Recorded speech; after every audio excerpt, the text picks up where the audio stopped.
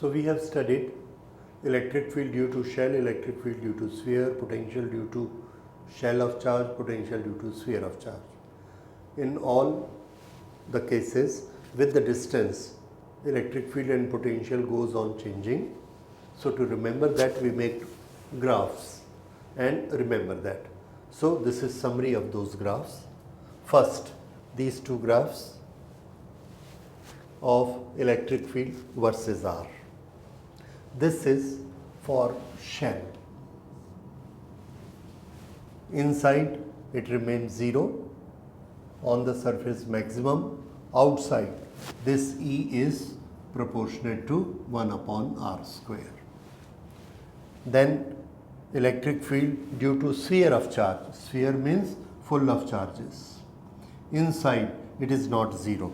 Inside we see, inside the electric field at center is 0. It goes on increasing up to surface for maximum value, and outside it is again E is proportionate to 1 upon R square.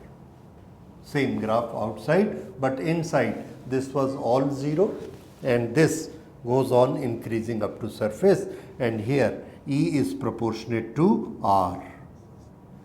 So it is a linear straight line. These are the graphs for electric field. This is potential.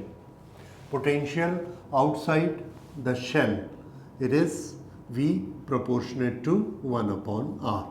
This was 1 upon R square. So it is a deeper curve and this is a shallow curve, V proportionate to R. But inside, see, this you have to remember, this was inside 0, this is not 0.